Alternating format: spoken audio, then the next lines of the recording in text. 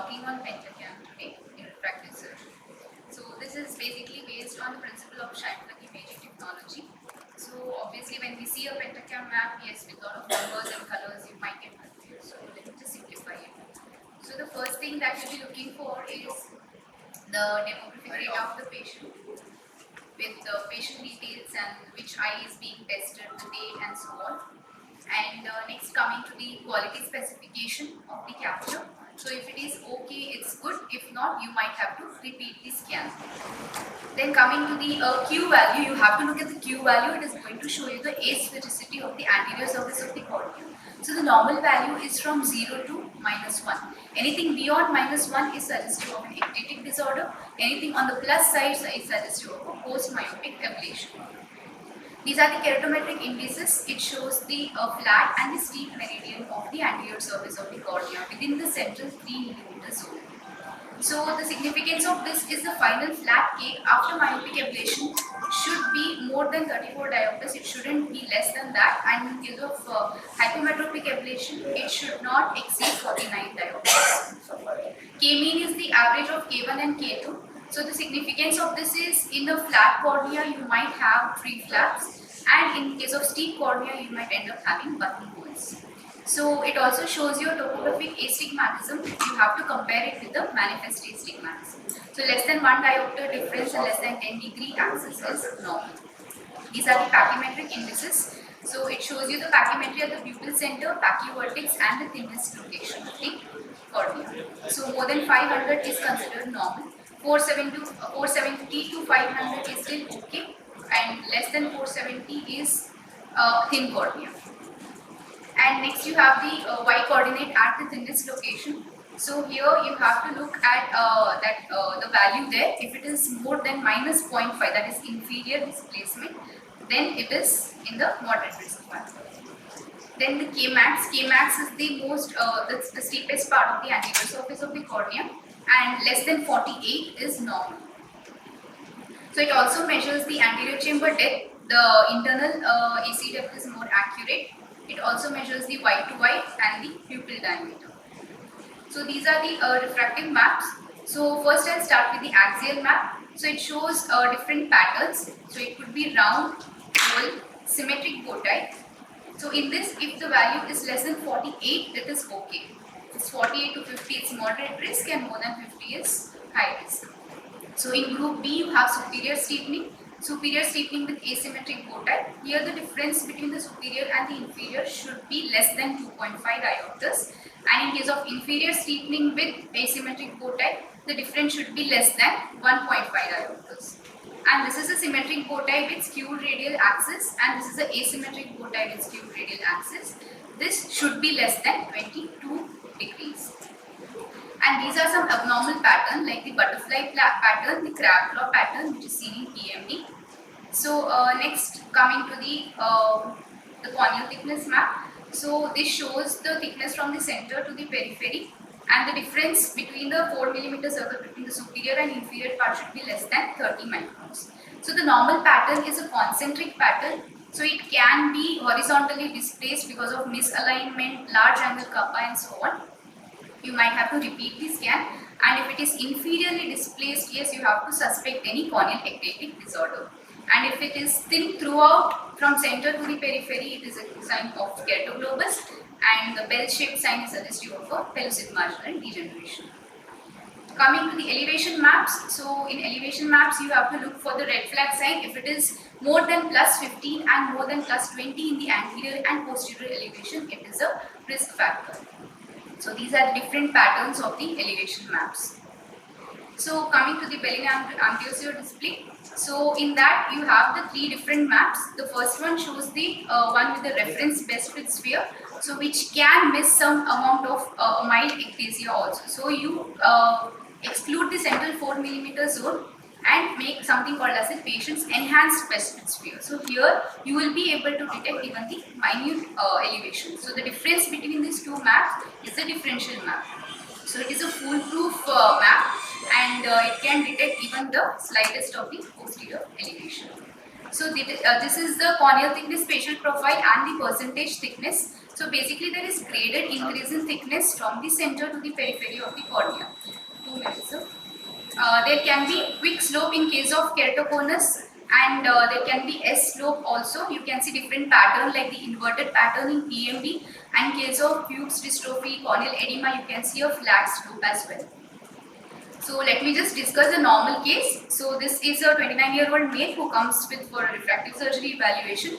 So you have to look for the quality specification, which is okay. Q value is again within normal limits. K1, K2 is also within the normal range. The pachymetry indices seem okay. The Kmax is also okay. It is not very steep. The Y coordinate at the thinnest location is also within the normal range. If you can see the Bellin ratio display, it is normal. There are no red flag signs. So this is a normal case. In the second case, if you can see the K1, K2, the K2 is 50.7, which is more steep, and you can see the Q value also, it is more towards the hypoprolate side, and the pachymetry indices are also, you have very thin cornea, and Kmax is 57.8, which is again on the higher side, and the Y coordinate at the thinnest location is also abnormal. So you can see in the map as well, so you can see the asymmetry with the skewing, okay, and you can see the pachymetry map as well as the elevation maps, which is beyond the normal range, and the bad display also shows a red flag sign. So this is a case of keratoconus, and you have to observe this case. So you will have to read the map together, but you have to understand them in parts. Thank you. Thank you, Dr. Aparna. I think we'll have a discussion end of imaging, because after each, I think we'll take home message, then in the end we'll come to a combined filing. So let us invite Dr. Bhavya. She's from Narayan Nethralaya, Bangalore. She'll be talking about serious.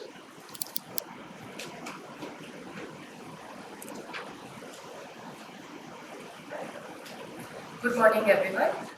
So Dr. Aparna has done a very good job in explaining you what is normal and abnormal in topography. So I'll be just talking about how the machine works and what are indices information it gives you. So serious topographer, it combines a 3D rotating Scheifler camera along with an integrated Placido disc topographer. So that's how it is different from Pentacam. It also includes a Placido disc topographer, and it does arc step reconstruction for the anterior surfaces, and it uses Scheifler image to image the more deeper surfaces like the posterior surfaces, etc. So it has, so this is the technical information. It gives you topography covering of 12 millimeters, although the edges may not, the information detected from the edges may not be as accurate as what you detect from the center of the cornea. So that is the dioptric range and the measurement axis. And so the 21,632 points of the front surface is captured, and slightly lesser number of points are captured from the posterior surface.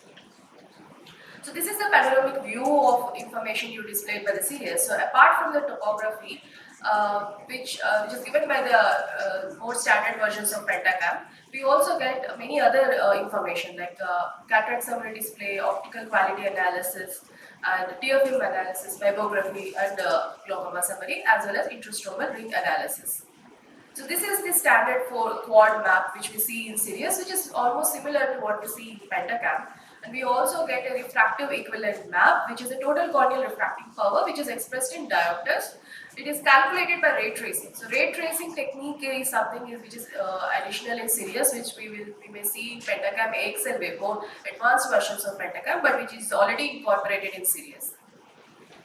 So these are the quality indices which is seen in any standard topographer. So you on the left hand side you see the acquisition quality, the center you see summary indices, and then comes the keratometry readings, which I'll be explaining in detail. So these are the shape indices. So we need to understand the difference between keratometry readings and shape indices. Keratometry readings only describe the curvature of the cornea, whereas shape indices tell you where it stands with a Bestwick sphere. So it is available for both anterior as well as posterior corneal surfaces, and the standard is an aspherotoric surface.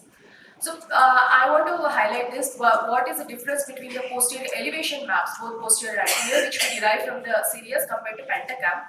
Pentacam actually measures the elevation points at each locus, but series actually does it with a regression analysis. It back calculates it. So it looks at the coma aberrations on the cornea and then back calculates it and assesses the elevation. So it is not true elevation what you see in series. So you cannot go by so you need a different approach to analyze the elevation maps, elevation readings you get from the series. So these are so Biocchi, Calozzi, Versace front index and back index is an analog of BAT-D score. So we have cutoffs for this. So I'll be discussing it slowly. So this is what I'm saying. It's the analysis of the coma, trefoil, components of the aberrations, and then it back calculates the index. So Sirius puts more focus on the corneal aberrations. Pentagram puts more focus on many parameters which my previous speaker has used, which is topography, elevation, and thickness. So these are the keratoconus screening indices, and we have so good thing with Sirius is it gives you the normal and borderline values already. So which is keratoconus compatible and which is suspect keratoconus. So these are the refractive indices. So there are two sets of indices, one for diagnosing keratoconus and the other set which are even more sensitive to diagnose to differentiate suspects from the absolutely normal topography. And we have earlier published there is good repeatability and compatibility of both Sirius as well as Pentacam devices. So this is cataract summary display. It is possible because of the ray tracing technique which the Sirius uses, but you do have to input some values like axial length, target refraction and pupil diameter if you want IOL power calculation information from this topographer. So this is how the interface looks like. So once you input the required information, you will get the desired IOL power, required IOL power. So aberrometry is also possible, and these are the indices which the machine gives you, which is pretty similar as what Pentacam gives you. So these are optical quality summary indices. This is something extra what Sirius gives you other than Pentacam. And pupillography in all the three lighting conditions. So this is a valuable information the topographer gives you. So this is the tear film analysis, optical tear film breakup scale and also tear film breakup map. So and then the myopography. So myopography is it does it through infrared imaging.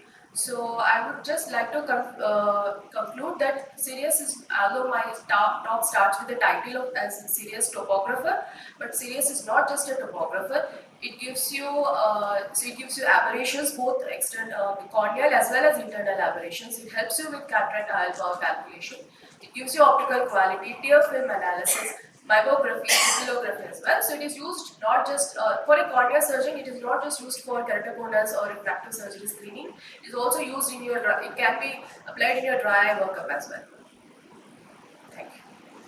Thank you so much. We'll have the discussion after a couple of talks. Now I invite Dr. Anushri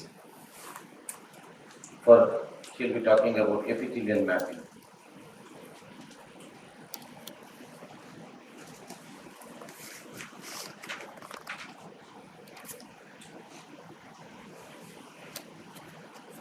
Good morning everyone. So I'll be discussing about epithelial mapping in refractive surgery with few case examples. So the first case is a 30-year-old female who came for a refractive surgery opinion. Her refraction was stable for past 1.5 years.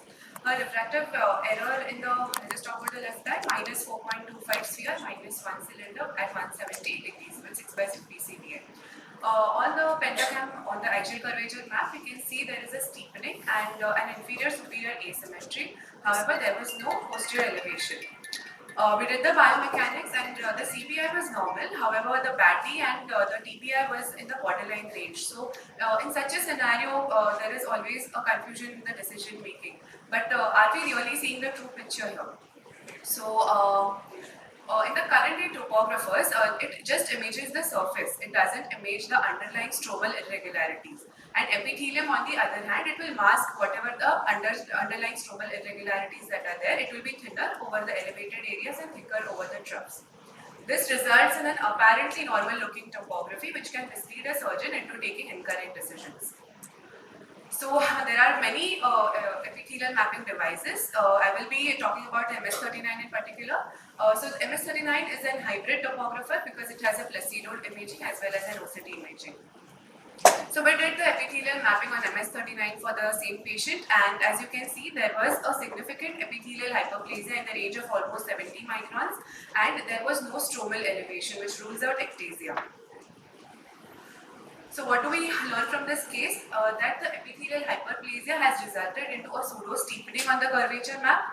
It has also caused pseudo-biomechanical abnormality. So even the baddie is in the borderline range because of the abnormal epithelium. So epithelial hyperplasia suggests an unhealthy ocular surface, and this patient might need a treatment as in frequent lubrication or even procedural therapies like Lipiflor eyeliner before refractive surgery. So since epithelium presents with so many patterns, does it even have a role in post-refractive surgery patients? So again, a case, a 29-year-old male whose ortho LASIK was done 2 years back now came with blurring of vision in the left eye since 6 months. In the left eye, the patient had a -1 cylinder. Again, on the pentacam, he had a localized inferior steepening and no posterior elevation. So is this really an ectasia or just a regression? And what are we missing exactly? So on the epithelial mapping, again there was a significant hyperplasia, epithelial hyperplasia, and no stromal elevation. So that rules out our ectasia. And one good thing on the MS39 is that we can look at the aberrations that are generating from the epithelium. So there is something known as an epithelial wavefront analysis. And here we can see that almost 0.5 of the cylinder is coming from the epithelium, and also the comas are in the higher range. So nearly 50% of the cylinder is coming from this thickened epithelium. So what are the take-home points? That the post-refractive surgery, epithelial hyperplasia can cause a pseudo-steepening, and it can also contribute to the induction of the cylinder. It will help us to differentiate between a true versus a pseudo post-refractive surgery ectasia. In such patients, we will have to treat the ocular surface, and also a PPK can be done just to remove the irregular epithelium and regularize the surface. However, we will have to keep the patient on a close follow-up. Also, does the epithelium help us in diagnosing suspect corneas? So again, a case, there was a 24-year-old engineer who came for a refractive surgery opinion. There was no significant past history, family history, and routine imaging was normal. The pentacam was absolutely normal, and the biomechanics were normal. Again, we did MS39 as per our routine protocol, and here we can see that there is a donut sign. That is, there is a central island of epithelial thinning with a surrounding rim of epithelial thickening that is surrounding hyperplasia. So a donut shape on an epithelial map, it displays, as I said, an area of thinning in the areas of stromal elevation. So epithelial remodeling, it masks this area of hole and it hides the changes that are occurring in the stroma, which may not be detected on the topography, and we will have a pseudo-normal topography. So in this image, in a frank keratoconus, it's not a problem. You can see that there is a thinning in the area of the hole, but because of the masking effect, a suspect cornea can have a normal topography. Thank you. Excellent talk, Dr. Anashri. Now, good morning, everyone. Thank you, sir. So I'm going to talk about stromal imaging. So while Anushri presented a bit about the epithelium, so this is what the modern topographers measure while they image the surface. We would want something which can measure or which can map that which lies beneath. So can we have a tool which allows us to image what lies beneath the surface? So imaging the corneal stroma is now a real thing with MS39, which is a placido and an OCT-based hybrid topographer, along with the Optoview, which gives you the stromal thickness and the stromal elevation that is given by the MS39. So what do we know about the MS39? So while we know that it's a placido and an OCT-based hybrid topographer, it gives us information about the epithelial thickness, the stromal elevation, the wavefront analysis, the keratoconus screening, and it also gives us the Zernicke analysis. So now why do we need stromal imaging per se? So because there are keratoconus and KC masquerades which we can pick up with the stromal imaging in order to assess surgical outcomes, and also for the dry eye and ocular surface changes, which was highlighted by Anushri in one of the cases there. So let's look at a few case examples here. So this was a 30-year-old male patient who presented to us with blurring of vision in the left eye since 6 months with a shadowing of images for the last 6 months. This was his refraction with a -1 cylinder in the right eye and -2.25 cylinder in the left eye, and he complained of poor visual quality. Now the anterior segment examination and the fundus did not reveal anything. What did the topography show? So if you look at the right eye, he showed a frank superior steepening, but the front and the back elevation didn't show up much. If you image, when we went ahead and imaged the stroma, you can see an area of epithelial thickening which is highlighted in the circle. But if you see the corresponding area, there is nothing under in the stroma nor in the posterior elevation, which is seen in the MS39. This is another case of a 30-year-old male patient who is a known case of keratoconus on a regular follow-up. And these were his two visits to us, while his left eye progressed with respect to the cylinder, which was minus 2.5 initially, which became minus 3.5. You would expect a steepening on your pentacam. So this was what his pentacam looked like with progression. So when we saw the epithelial thickness map on the MS39, you can see a beautiful C-shaped donut sign on the MS39, and you can also see a subsequent increase in the stromal elevation, which indicates that this is a true progression and needs management. This is the third example of a 30-year-old male patient presenting with blurring of vision for the last 6 months, and he showed a scissoring reflex on retinoscopy, and while the slit lamp and the fundus was normal, this was the topography of the right and the left eye. He came to us 8 months later showing progression. So, but are we seeing the true picture here? So if you see the comparative maps on the MS39, we identified that there was no increase in the stromal elevation at all, which indicates that this was not a case of progression. It would probably be a case of pseudo-progression, and the patient needs to be followed up regularly. So to summarize, the cornea is capable of altering itself in order to establish a homogeneous symmetrical anterior surface and may mask underlying stromal changes. And epithelial remodeling may mask the alterations of the corneal stroma, which may go undetected on topography. Thank you for your patient listening. Thank you, Reshma. So, before just starting the about the machine, I just want to ask you, Anushri, Bhavya, and Reshma. See, now the gold standard is pentacam. So, as I think Bhavya told that the indication for serious is not only pentacam, that is, along with that, it gives phlebography and other different indicators also. And of course, Anushri spoke on the epithelial mapping. So suppose the patient, see, like as we know that probably Narayan Nethralaya being one of the supreme center for refractive surgery can afford to have all this equipment and you can come back. If you tell me, okay, one patient comes to you, someone wants to start a refractive practice, what is the gold standard machine, what you can tell out of all four? Gold standard machine. Because like what she said that pentacam, something what pentacam gives is not always true. If you do it sometimes, some cases with the MS39, which may give us about the only epithelium map. So you have to tell the people, okay, tell us about the one machine, almost 99% of the cases, you can go to the refractive machine. Because when you start also, you cannot buy all equipment what Narayan Nethralaya might be having. And every patient you cannot refer to Narayan Nethralaya if you are settling in Mumbai only for diagnostics.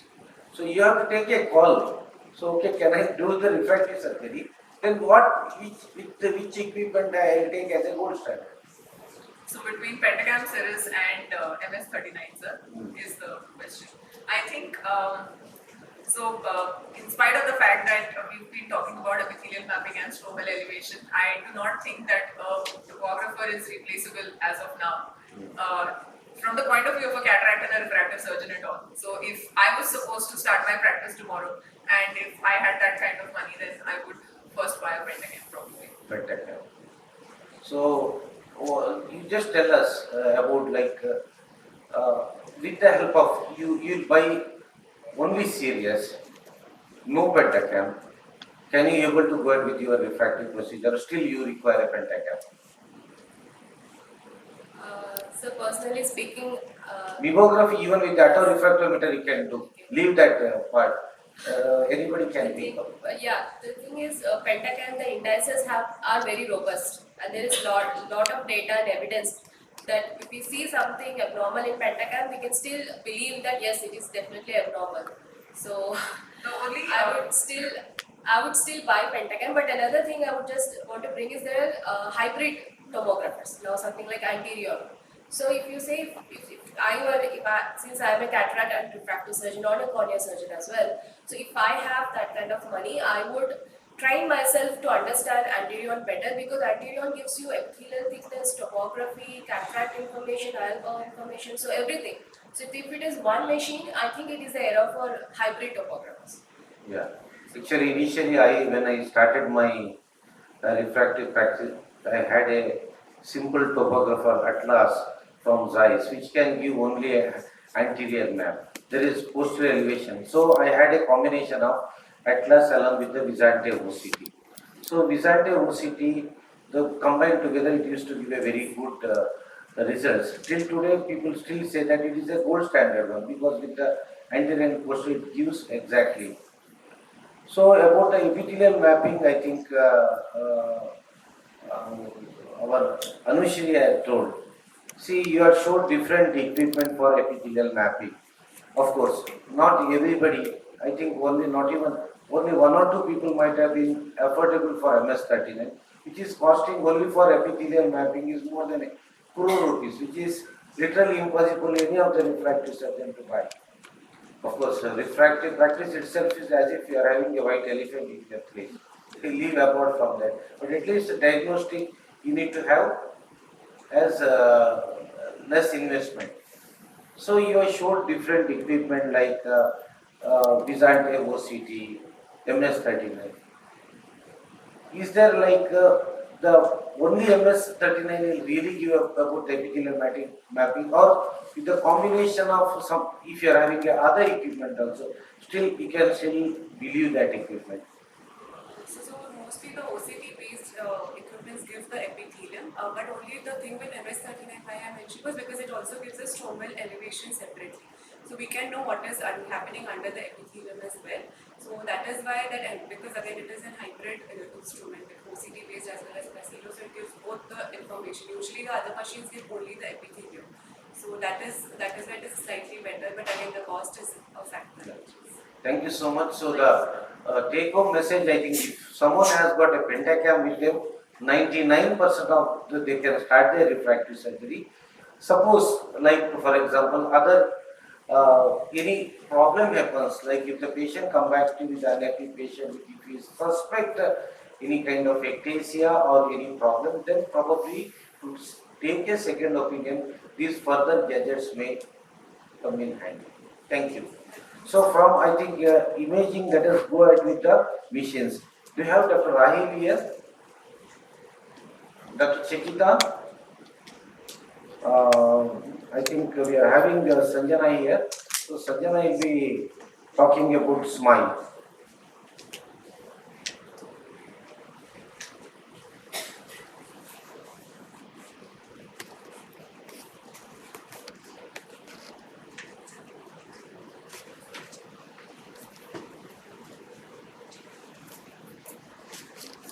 Very good morning, everyone.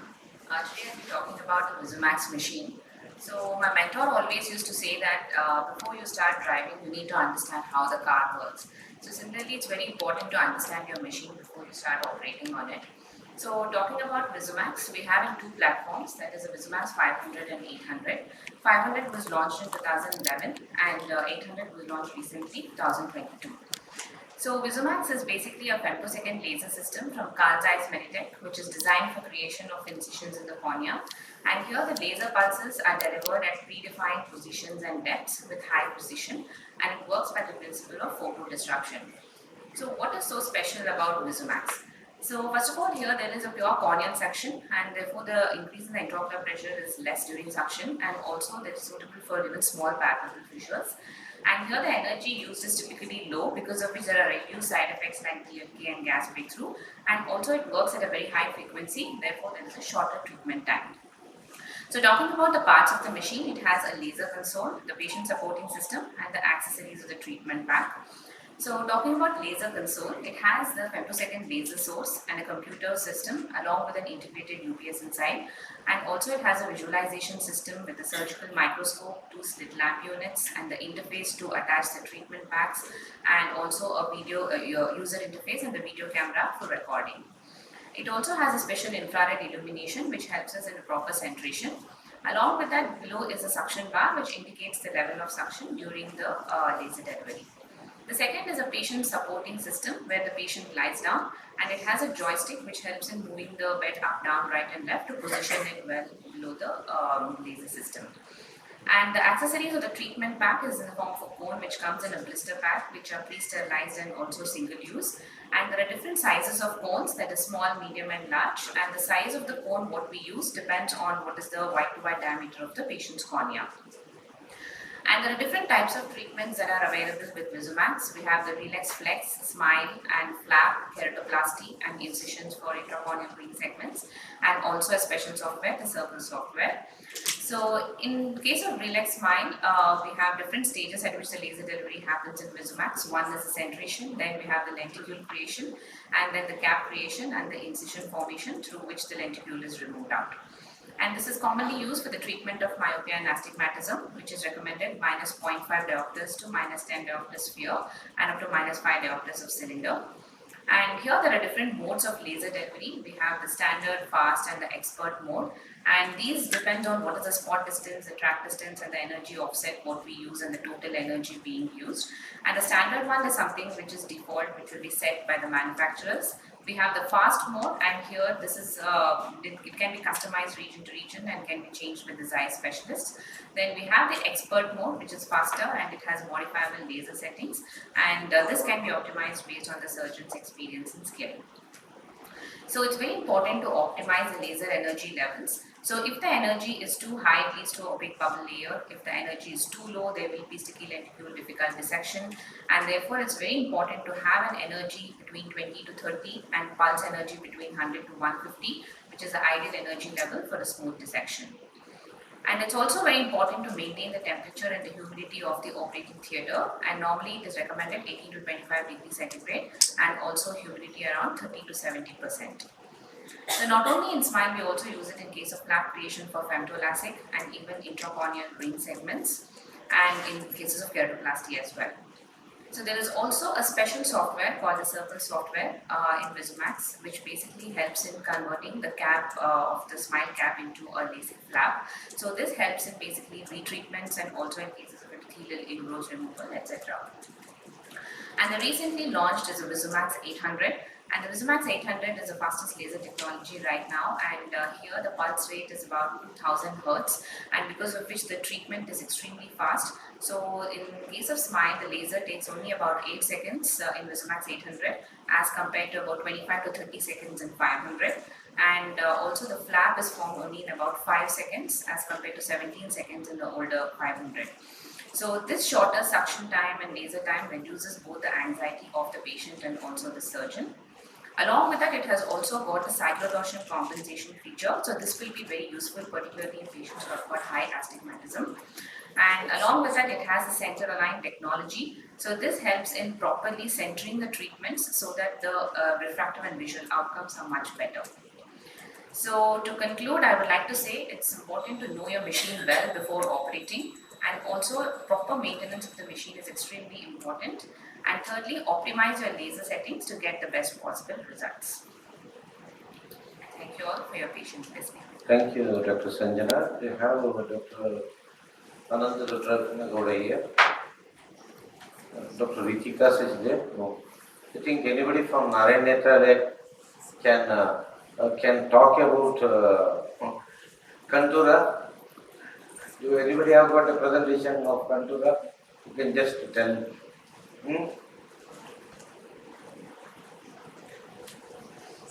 Bhavya, we have talk of Contura where you can adjust here. Someone has got. So just if you are having, I think you can talk. There is a lot of time left here. Let us go with, I think, looks like I think most of the surgeon wants to only do smile. Because none of the technique, nobody interested to present means probably the coming days only the flapless procedure is going to become more and more popular. So coming to the, what is going to be your choosing the right procedure? There is us Dr. Kiran Kumar from Regional Institute of Ophthalmology, Bangalore, Minta Hospital. He will be talking about prerequisite of a LASIK patient.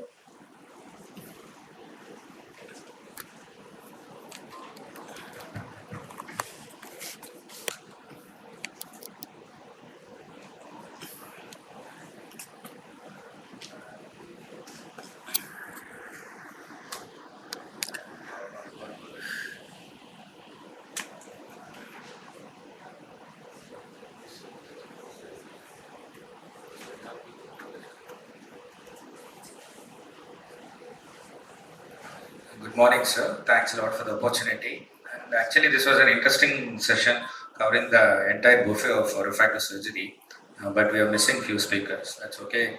One of the most important thing in the refractive surgery is knowing about your patient and pre-op workup. And I'll be talking about that. That's prerequisites for LASIK patient. More my practice, I do more of smile surgery, so I'll combine both. It's all same criteria which we go for LASIK as well as smile.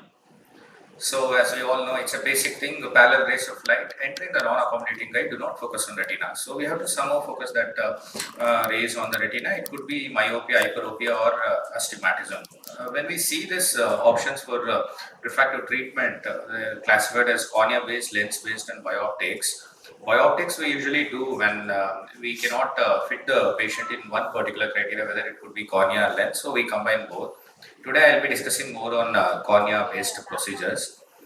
Main indications for this is it's all FDA approved for up to 10 diopters, and best results are usually seen in low to moderate myopes, and hyperopia up to 6 diopters can be treated, and astigmatism up to 4 and induced refractive errors. And it's always better to know, whenever we do refractive surgery, more than the indications, we should always check about the contraindications. As we all know, ectatic corneal disease is the contraindication. And thin cornea, we usually consider the cornea is less than 470 is not usually fit for flap-based or smile surgery. And refractive instability, it is usually represented by frequent change of spectacles or change of power of more than 0.5 diopters over 6 months. And any active ocular infection and ocular surface disease, a patient of glaucoma, scleritis, and even pregnancy, we usually avoid doing refractive surgeries for a patient who is going to conceive in a recent time, or we should not. We have to do it even after stoppage of lactation. That usually takes up to 1 year post pregnancy. So it all starts from the day the patient walks to your clinic, by the way they walk to you and they sit and they communicate with you, their head posture, with any squint, and they usually give, if they give any frequent change of glasses, if they have any grittiness and foreign body sensation, and it's always better to know about any previous ocular surgeries done. And the one most important thing is to know about whether there are any systemic or topical medications. And definitely we should know about glaucoma. The most important thing is family history of keratoconus. We have encountered many such patients, a patient which we do a smile. Usually it will be a borderline case, we do a smile, and after post-op of 4 weeks, they'll come with a sibling telling that he has a keratoconus and he's been getting treated in other institute. So then that fear comes in. So we have to keep them on regular follow-up. Usually a sibling who is having keratoconus, it's always better to go for an extra procedure. And pregnancy and breastfeeding history has to be taken. And pre-op evaluation starts with the age. Age limit is 18 years, 18 to 21. Some practitioners do surgery after 21, and we prefer doing after 18 years. Basically, we need a stable refraction at least for a year. That's there should not be any change of 0.5 to 1 diopter over 1 year. And actually, in India, we practice up to 18, but in West and all, they're doing even for the kids up after 14 years also. And by counseling them for the need of any retreatments in the later period, and there is no biological upper limit. Since we have an options to treat presbyopia also, we can combine both, even in later age groups. And the most important thing is most of the patients who are undergoing refractive surgeries will be contact lens users. So it will take a proper history, because soft contact lens actually induces topographic steepening, resulting in focal epithelial hypertrophy, and that is a disturbance. So ideally, what I do for such cases, I give them steroid, a low potency steroid for at least 2 weeks, and we'll tell them to stop the contact lens usage. Then we have to do an imaging. The RGP lens in turn causes flattening. We have to discontinue at least for 2 to 3 weeks. And the most important thing is uncorrected visual acuity, and BCVA has to be done. And one of the most important criteria for refractive surgery is to do a proper manifest refraction, cycloplegic refraction. Even if you don't do in a IU volume practice, it is always better for you to cross-check the refraction, because there are some incidents like there you might undercorrect or overcorrect and you are answerable for the patient. And it starts with a slit lamp examination of complete anterior segment, especially in contact lens wearers, where we have to use the size of the suction ring. If there is corneal vascularization of more than 1 mm, you might have to use a smaller ring, because otherwise it causes bleeding and interface. It incites a stronger healing response, and lens opacity should be noted. And pupil size, most of the things we ideally consider 4.5 as a pupil mesopic size, and this helps us to deciding our ablation zone or optical zone. Usually optical zone is about 1.1 times the mesopic pupil. The functional optical zone is usually 0.5 millimeter less than the normal what we ablate. So it's always better to keep it at least 1 millimeter more than our mesopic pupil. I think I can take 2 more minutes. And most important thing is fundal examination. And it is always better to do a scleral indentation has to be done. If at all, if you see any suspected lesion, those lesions should be laser, and we usually do it surgeries after 6 weeks after any laser. If at all, if you're going for surface ablation, and I don't think so we need any laser for that. And the preoperative evaluation, it's already been discussed in detail by NN group, and pre-op topography has been discussed. So the two important things which decides a criteria if a patient comes to us is residual bed thickness. So we every diopter usually the ablation is about 30 to 15 microns. So our residual bed approximately should be 250 to 300 microns. In a rough way or in a safer way, what I suggest, it's always better to have 50% of residual bed thickness of the corneal thickness. And the most important thing is PTA, that's a percentage of tissue alteration. This should be always like less than 40%. And corneas which are more than 620, there are more chances of them coming back with regression. So you should be extremely careful and follow them up. And systemic workup, apart from the routine thing, the two important factors here is thyroid disease and vitamin B12 and vitamin D. It has a larger influence on the healing process. The main thing, patients and surgeons should have a realistic expectation after refractive surgery. Inappropriate and unrealistic expectation of any refractive procedure are the most common cause of dissatisfaction of patients. And some of the cases, can I discuss this, Anna, so that we'll know what procedure to choose, because there are no more squeakers. This is an ideal case with minus 2.5 after spherical both eye with keratometry 42 and 41 and thinness trachea of 560 and ACD of 3.31. Bhavya, what would you go for this? Just a discussion. It's an ideal case, techie. It's coming to you with normal topography, absolutely normal topography and the Bellina occlusive display. So, based on the patient's occupation, if they have contacts. Based on his requirement, this is an ideal case. You can do you can suggest him any surgery, and whatever he opts for, we can go for that. And this is another case. Can someone else take this question? Maybe Dr. Sanjana. It's a 24 years male, is a doctor by occupation, -8 with -0.5 with PACI of about 560 and ACD of about 3.31. So here the cornea is slightly on the flatter side. So I would still go for smile, or something would also prefer to go for an ICL. That's it. The ACL left is good. So what about is a doctor is very scared of flap based or even entering cornea to a pinhole incision. Can we do PRK, sir, for this patient? Once again, the PRK depending upon where he is practicing. Suppose if he is practicing in the area where coastal area, I will not do PRK for him. Chances of him to develop corneal haze is quite high. So Either he should go with the spectacles or the contact lens, the first option for me. Yeah.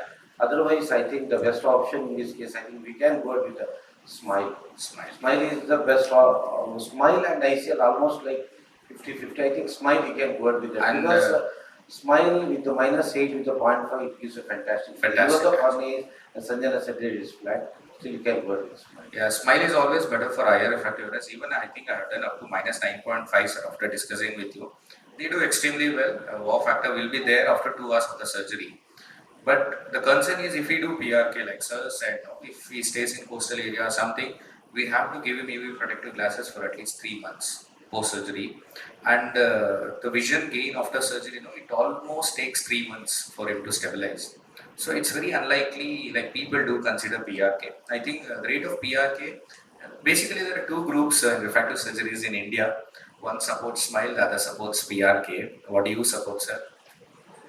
No, nothing like I support this or that technique. Depending upon the all pre-op investigation, which is the suitable treatment for that particular patient along with the geographic where he is actually located. So there are certain patients with a very like a low myopia that is around -1, -2. Even though I do have got smile with me, so I keep even telling them about PRKs if the patient is from the other places. Then about suppose for example if the patient is having a pure cylinder around 4D, Yeah. 4 diopter, 4.5 diopter, so you can give an option of femtolasic also. Once again depending upon the keratometry reading. So once again on pre-op evaluation which is the best for the patient we have to advise them. Yeah, I forgot to add that slide of like pure cylinder. Suppose if a patient has, there was a community medicine PG in KIMS actually, I had operated on her. She had -4 cylinder with 0.5 spherical. So with thickness of about 545 and she was about to get married 4 weeks. So what do you suggest her? Keratometry, Keratometry was normal, absolutely normal. you can go ahead with the smile, there is no problem. Yeah. So we have to, there we have to do something called cyclotorsion compensation there. No, Do you no, recommend? I did around 10 patient study with one eye marking and other eye not marking in the smile. It hardly makes any difference. You did not have to really mark, then you rotate. You don't require. I think a couple of studies only shows, but no exact study really shows that you have to really mark the corner in every case. Yeah, okay. And there's a last case here, like about 29 years, the pure spherical -3.5 both eyes with Pacquiao 469. Can someone, Anushri is here? Anyone can answer. Bhavya, I know only you in this all. What do you opt for this? Do we have a minute time, sir? Or should I tell you? I think time, Yeah. lot of time is there. There is a reason I am keeping quiet. 470 thickness is Yeah, it's- little little it's- risky to do like cornea placement. It's highly motivated patient because I had operated sibling also. Himself, his chair time has to be more than half an hour to 45 Yes, minutes. yes. Ask whether they are on any of the medications, whether they are on like the thyroid. Most of the females, they forget to tell about their pregnancy history, lactating history. So always better someone is lactating. After the stoppage of the lactation, that is after 6 months only they can go with the refractive. So once I think pre-op evaluation what? Now which is the right procedure? We have Dr. Ritika Mukherjee with us. I think she is going to tell which is the right procedure for the particular patient. Thank you, sir.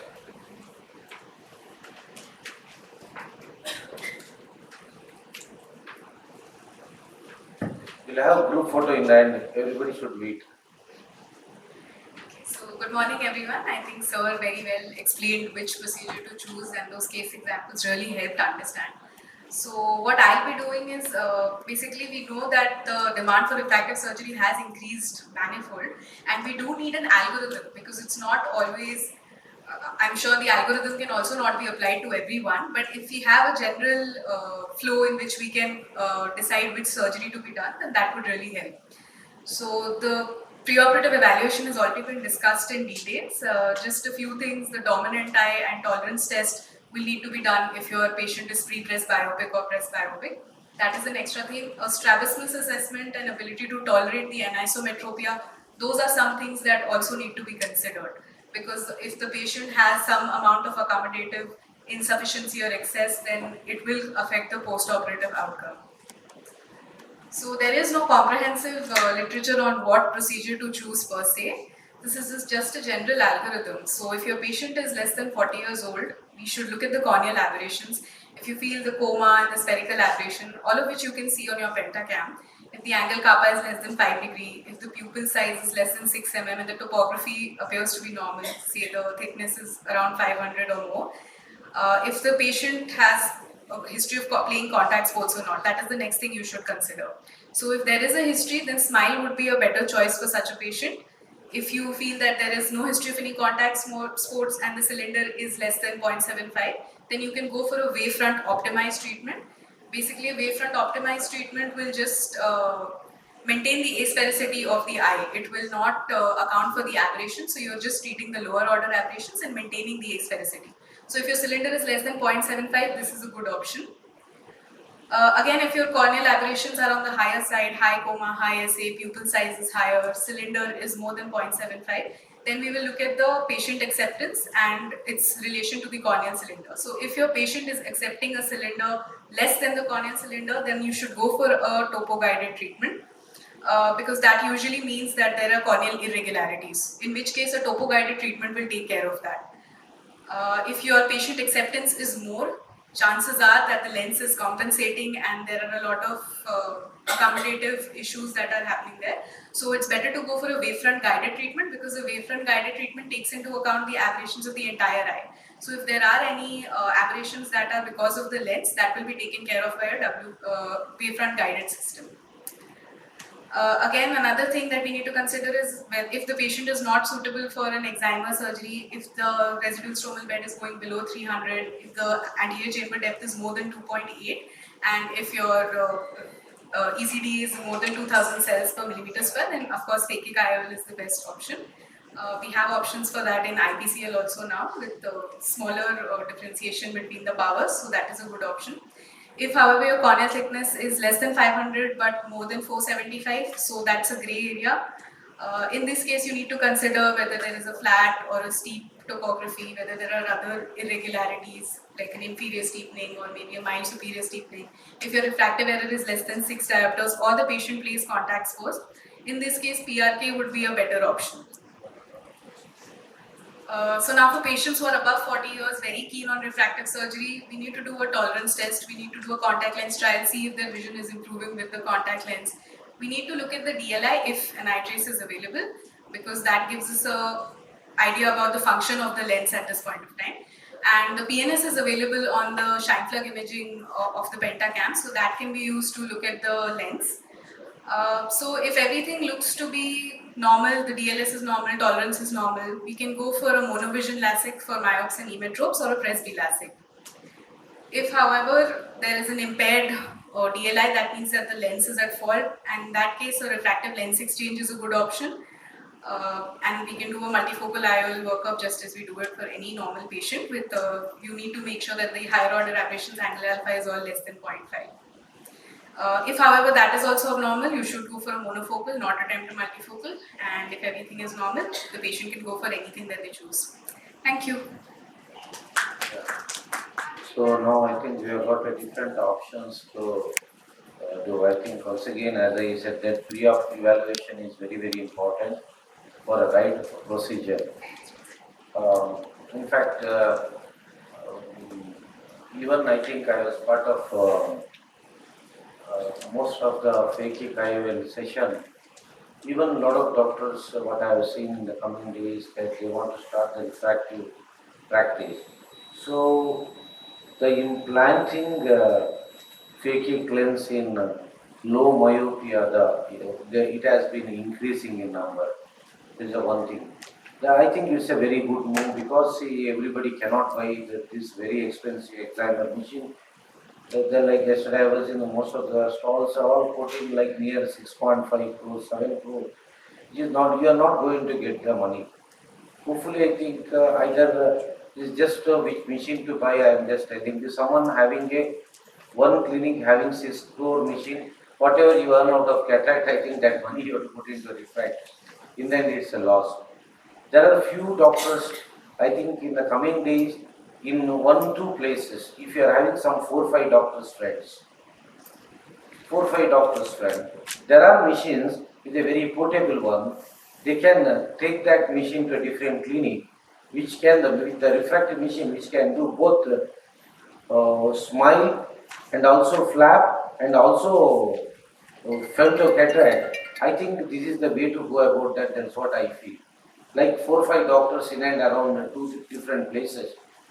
This machine in a small vehicle, if they can be transported, then each places they keep some cataracts, along with that they keep some refractive.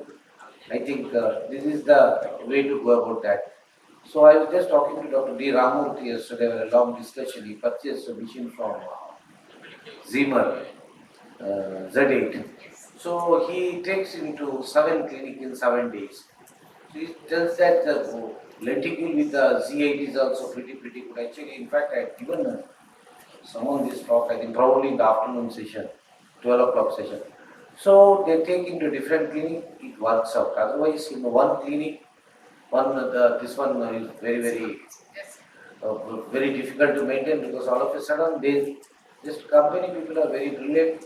They come and say that the model has been changed and you have to change the machine.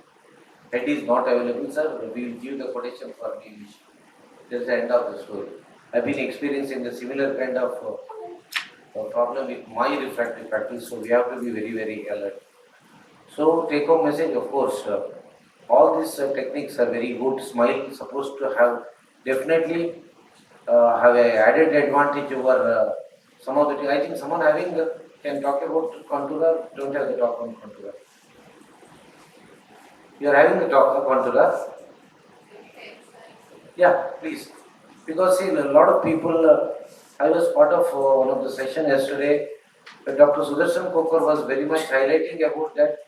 Contour is nothing but the topo related treatment, which can be done in any of the flying spot lasers. You can do with MEL 90 also, topo guided treatment. You can do with, I think, even with the NIDEC also. So probably I personally feel that it has been hyped by the company, which makes more and more people. Definitely it's a good treatment. But I think probably the institute which does in a maximum number in South India, none other than Narayan Netralaya. So I think Bobby will tell us with a few 1 or 2 slides where exactly you prefer. Because you have got every machine. I know that you have got even Swind also, which can be a fantastic PRK. So with probably the results with the Swind PRK is much better in most of the cases, because it treats the refractive error first and then followed by epithelial. Am I right? Correct. So now none of the examiner does that. In spite of that, where you really indicate the patient for contour, or if the patient really asking for smile, will you still convert them to contour? What are the real reasons? Or patient asking for contour, real indication where you convert them for smile. So this is what we wanted to do.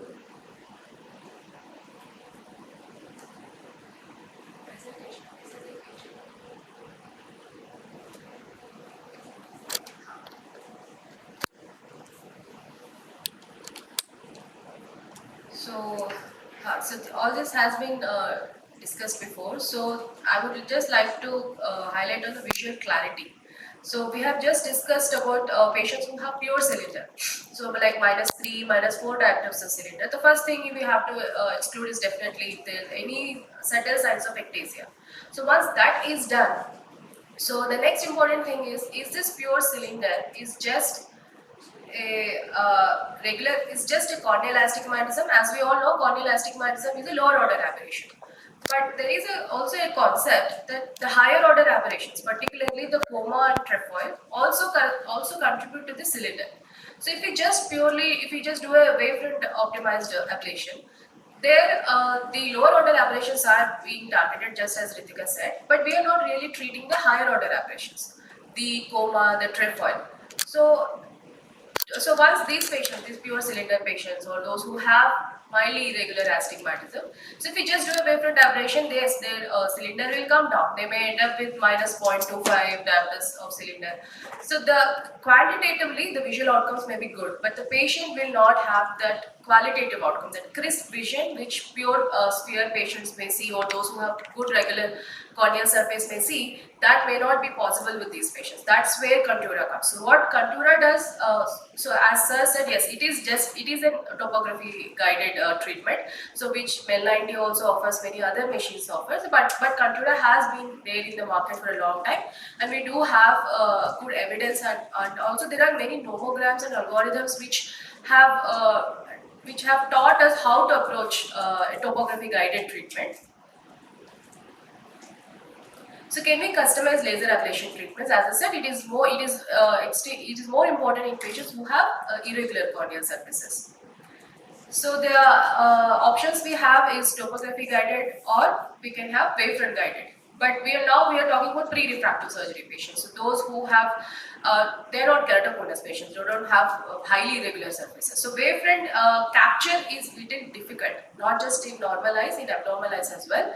So wavefront guided treatments have gone out of vogue because of only this reason. They are pupil dependent and they are difficult to capture. So then came the topography guided treatments. So why topography guided treatments are extremely popular these days is because they are very easy to capture. They are reproducible while capturing. So the imaging has become much easier, and we have good machines that can incorporate the topography information into the laser treatment. So I would just highlight which cylinder should we treat. So whenever we do topography guided treatment, we need to apply our brain a little more rather than just doing a wavefront optimized treatment where we will just input the patient's acceptance. So we have three situations. One is when the manifest refraction acceptance is same as the topography cylinder. So if you see this, the second row, this is the refractive error the topographer gives you. So you can ignore the spherical error because it doesn't have a biometry. So there we are looking at the cornea, we look at the cylinder. So which is basically the cylinder the topographer calculates based on the corneal irregularities. So then comes if the manifest refraction is more than topography guided cylinder, or if it is less than topography guided cylinder. So we have any patient will fall into these three groups. So there are multiple, we have 4C days, we have many other groups like Wallerstein's group. Some say you don't have to take into topography cylinder, you can just do wavefront guided, wavefront optimized, and some say you have to take both into account. So this is what Narayan Netralaya has come up. So this is an app called 3Z. So as I said before, the three scenarios. So first thing we need to understand is why is there a difference between the manifest acceptance and the topo-guided acceptance. So the reason is the perfect optical system is when there are the corneal aberrations and internal aberrations are they are in sync with each other. So there the manifest acceptance and the topography acceptance will be equal. But some of the eyes can have higher corneal aberrations, some can have higher internal aberrations. So this is just to show that we had many talks yesterday also. Dr. Rohit Shetty sir has emphasized on this, that we should not just take cornea in seclusion. We have, as an optical system, our eye includes lens, so we have to include lens as well. So this is how to show the lens also compensates for corneal irregularities. So based on our understanding, we have the 3Z app, just to show that the app tells you how to, I'll just show you the app interface. So in the second scenario, when the manifest astigmatism is less than topographic astigmatism, that is a clue to tell you that there are more corneal irregularities than the lens can compensate for. And if the acceptance is more than topographic cylinder, then there are higher internal aberrations, and there is something wrong with the accommodation process. So there is internal aberrations are higher. So this is the 3Z app. It is a simple app to use, and after exporting the wavelight images, you have to apply zero rule. So the zero rule tells you how much ablation the topographer suggests before inputting the refractive error. And so this is how the interface looks. So you have to input the manifest refraction, topography guided refraction, topography diffraction, the zero rule, and based on the 3Z algorithm, in the green area it gives you what exactly to treat. So it is basically an average of both topography cylinder and manifest cylinder. It also compensates for the Wellington nomogram as well. So you can just input the value into the targeted refraction and you're done. So we've been doing we have been following 3ZR for a long time, and we had excellent visual outcomes in the first post update itself.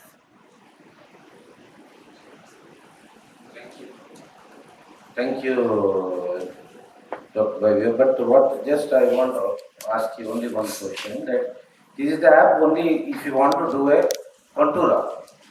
App is only help if you want to taking a patient for contour. Yes, sir. Not for any other equipment. So my question to you, will you treat the patient, what is about the subjective refraction, whatever the patient accepted, or will you treat the patient what the machine gives the reading? Yes, sir. That's if there is a discordance, we have to see if the subjective refraction is more or topography guided refraction is more, the cylinder. So if the topography cylinder is more, again we have to look at the axis difference. If the axis difference is less than 10 degrees, then we can take either of the axes, or we can even take an average. But if it is more than 10 degrees, then there are Blind spot laser, either with a MEL 90 or with an IDEC, any of the machine can be done, provided if the doctor knows really what exactly the concept of refractive surgery, can come out with a very good result. Yes, sir, that's what we have been taught all during our fellowship, how to approach these topography guided treatments. Thank you. I'm talking in between just to tell the people about Contour. Just we have just already Sanjana has been speaking about the SMILE, which is a lenticle based procedure. Now a lot of other companies also nowadays coming with the similar kind of procedure which gives the similar kind of results. So we have with us the CEO of Center for Sight, none other than our friend Dr. Ritika Sitya. She'll be talking about. I'll be talking about our experience with the ELITA platform, which is the Johnson & Johnson femtosecond laser platform to perform the lenticule extraction. We at Center for Sight were fortunate to do the first in-human lenticule extraction on the ELITA platform in the world and are part of the FDA trials. This machine is now available for limited market release and has recently received FDA approval for the flap, but not for the lenticule. So we'll be sharing our experience with a prototype. This is what the earliest machine looks like. It has a small footprint. It has quite an intuitive graphic user interface. This is the place where the cone is attached and the laser docks onto the patient. At present, it does not have any integrated microscope, so you can add on any microscope. This is the upgraded version for the LMR or the limited market release. So what is unique about this laser is that it is to really understand the laser, we understand that it's really taken off from the intralays, the J&J platform. So a lot of the features of docking are similar to the intralays. Where it really scores is that it is one of the highest frequency lasers. So it is delivering a high frequency, that means very fast laser pulses, and the laser pulses are short and placed really close together. Now what will happen if you place laser pulses really close together in a femtosecond laser is that the tissue bridges will be less. When the tissue bridges will be less, dissection will be simpler. So really the whole thought process behind doing this is to make the treatment fast and the dissection less cumbersome. So these are the specifications of the ELITA. It's a 10 megahertz, one of the fastest lasers with only a 1.3 micron spot size. The wavelengths are similar to the other femtosecond laser platforms. So this is what the laser does. It's fast and it gives the entire treatment in less than 10 to 16, about less than 16 seconds.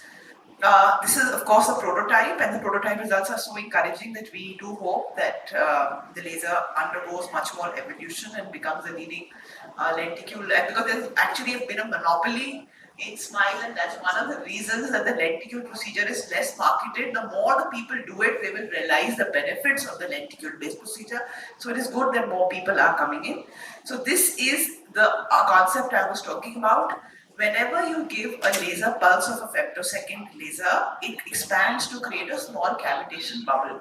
When you place spots very close together with less separation, you will create a blade-like cleavage and have less tissue bridges.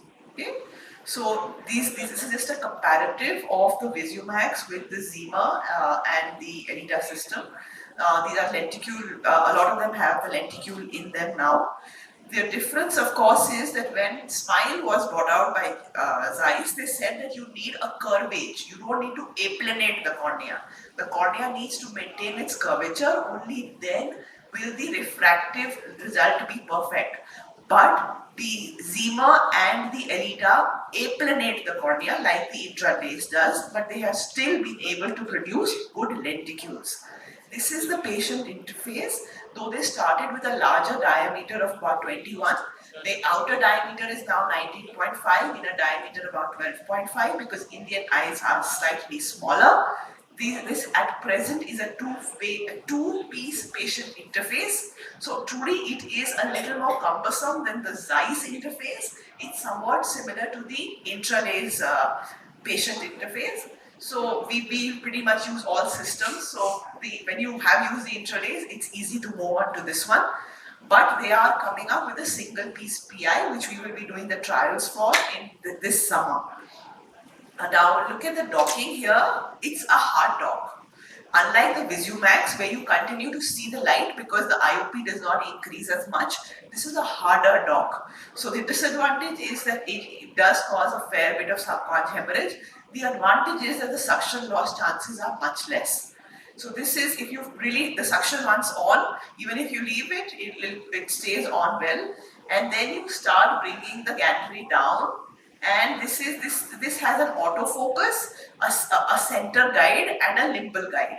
So once we kind of center, then we press an autofocus. This is the autofocus happening here, right? This is the limbal kind of guide. Once the autofocus, then you move down. You have to aplanate well. So as you move down, you see this aplanation happening. In the center, the aplanation has to be outside this 10 mm zone to ensure that the laser will have a good aplanated surface. So this is the aplanation happening. You can see that you continue to kind of aplanate the cornea. You have to pinch the laser interface to really allow the cone to fully go in and the aplanation to be complete. Now the aplanation has moved outside the white circle and hence this is the limbal mark. We get a lot of these defaults because it's a prototype and the Indian corneas are actually smaller and we sometimes have some degree of the contact lens use some degree of opacity of the limbus, so it has some trouble recognizing the limbus at times.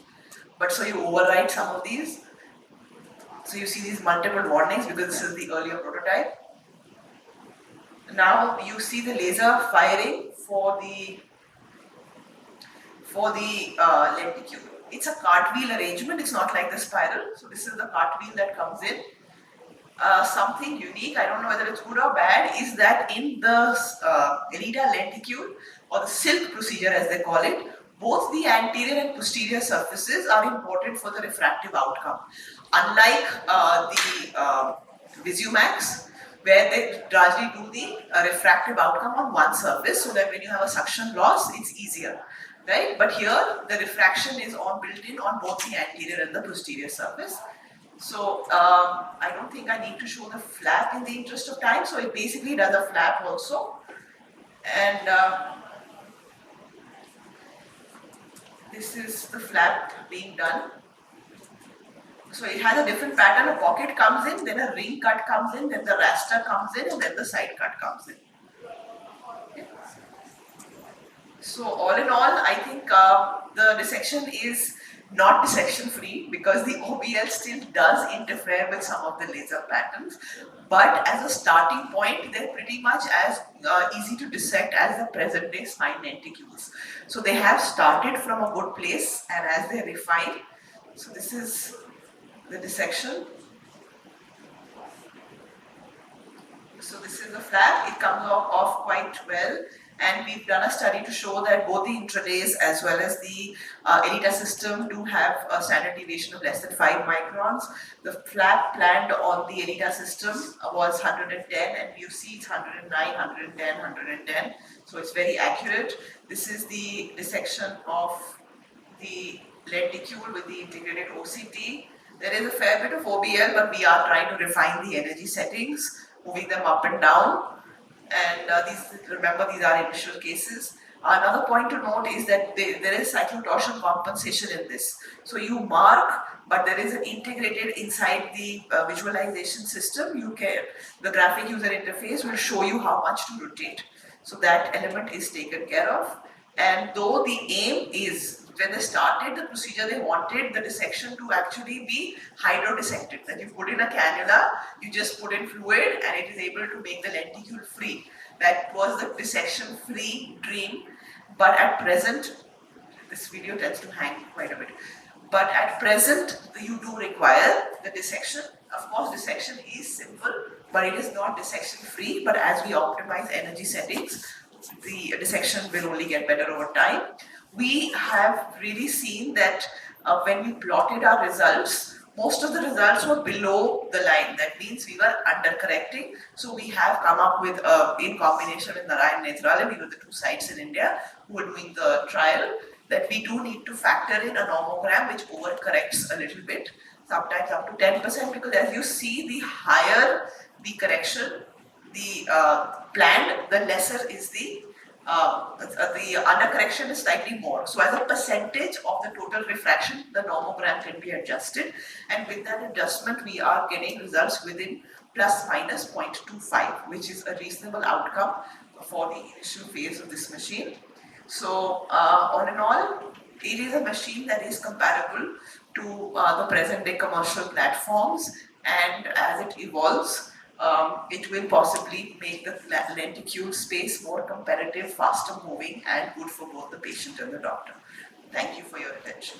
Thank you, Dr. Ritika. In fact, it's a nice comparison you did, but just seeing the comparison, I could able to see that since just because of Zeiss started early, they could able to move the technology much faster. And you see the time with the Visumax 800, hardly it takes 8 seconds. That is something amazing. Yes. And one more advantage I personally feel that the amount of what Visumax put the pressure on the cornea is the increase in the intraocular pressure is between around 20 to 30 millimeters Yes, of mercury compared to the any of the machine, which gives still more.